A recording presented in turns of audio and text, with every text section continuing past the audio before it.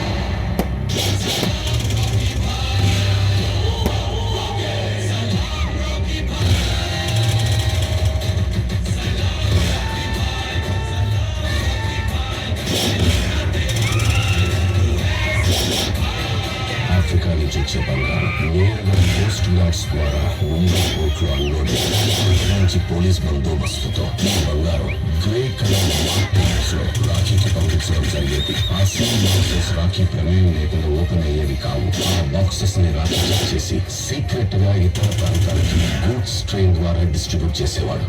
రాఖీ అనుమతి లేకుండా ముంబైలో ఎవరూ నిర్ణయం తీసుకునేవారు కాదు.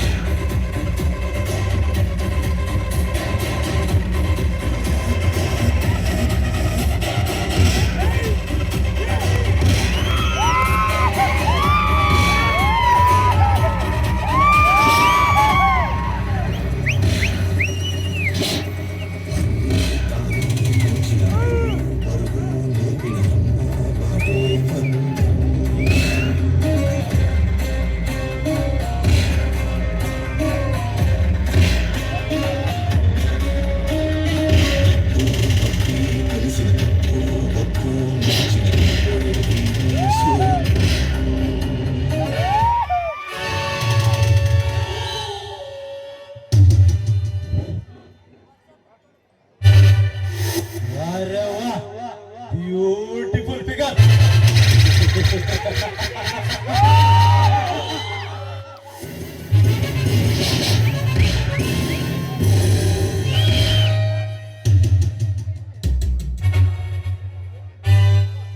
ಯಾರು ಈ ಸುಂದರ ಚೆಲುವೆ?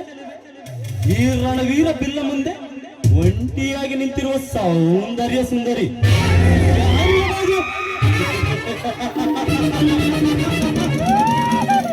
ಇವಳ ಅಂತವನ್ನು ನೋಡಿದರೆ ನನ್ನ ಮೈ ಮನದ ಕಾಮ ಇವಳ ರೂಪವನ್ನು ಸವಿಯಬೇಕನ್ನಿಸುತ್ತಿದೆ.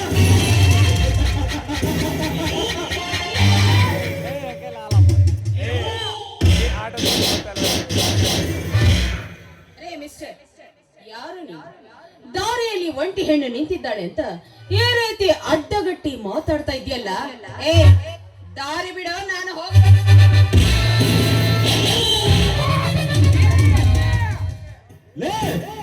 ಸುಂದರ ಸೊಬಗಿನ ಅರಗಿನ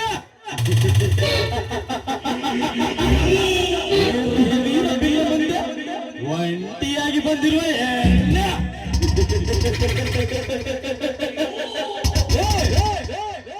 ನೀನು ಕೇಳಿದ ಕ್ಷಣ ದಾರಿ ಬಿಡಲು ನನ್ನೇನು ಶಾಂಡನಂತ ತಿಳಿದಿರುವ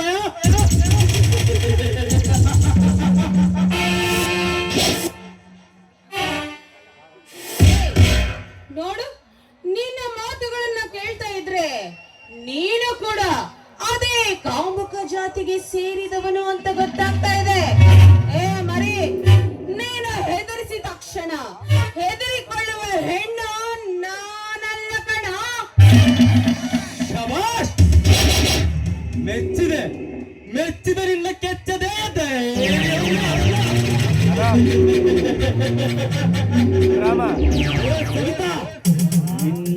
ವಯಸ್ಸಿಗೆ ಬಂದಿರುವ ಹೆಣ್ಣುಗಳನ್ನು ನನ್ನ ಮಲ್ಲಿಗೆ ಮಂಚಕ್ಕೆ ಕರೆದೊಯ್ಯದೆ ಬಿಡಲಾರೆ.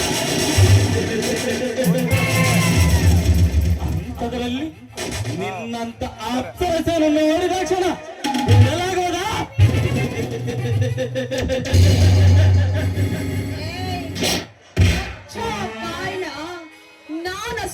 ಕಣು. ಈ ಭರತ ಭೂಮಿಯಲ್ಲಿ ಹುಟ್ಟಿರುವ ಹೆಣ್ಣನ್ನ ಯಾರೇ ಆಗಲಿ ಈ ರೀತಿ ಕಾಮುಕ ದೃಷ್ಟಿಯಿಂದ ನೋಡಲು ಬಂದದ್ದೇ ನಿಜವಾದ್ರೆ ಅವರ ಬಾಯೊಳಗಿನ ಹಲ್ಲುಗಳನ್ನು ಕಿತ್ತುಕೊಡುತ್ತಾರೆ ಎಚ್ಚರ.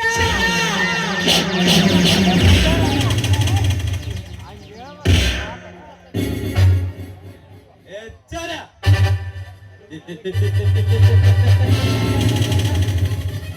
ಸೆರಗಾಸಿ ಸುಖ ನೀಡುವ ನಿನ್ನಂತ ಹೆಣ್ಣಿನಿಂದ ಈ ರಣವೀರ ಬಿಲ್ಲನಿಗೆ ಎಚ್ಚರಿಕೆ ಮಾತು.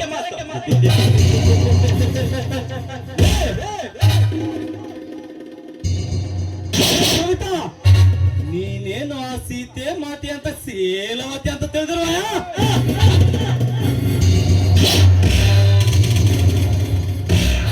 ಇಲ್ಲ, ನಿನ್ನನ್ನು ಪರ ಪುರುಷರು ಮುಟ್ಟಿದರೆ ಒಟ್ಟು ಭಸ್ಮವಾಗಲು ನೀನೇನು ಆ ದೇವ ಕನ್ಯೆಯ?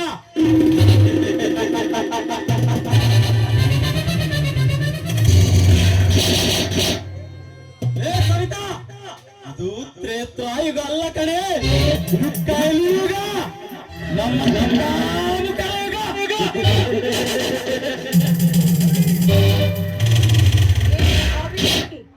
ನಿನ್ನಂಥವನ ಬಾಯಿಂದ ಆ ಸೀತಾ ಮಾತೆಯ ಹೆಸರು ಬರುವುದಕ್ಕೂ ಸಹಿತ ನಿನಗೆ ಯೋಗ್ಯತೆ ಇಲ್ಲ ಕಣೋ. ನೋಡು, ಹಿಂದೆ ತ್ರೇತಾಯುಗದಲ್ಲಿ ಆ ರಾವಣ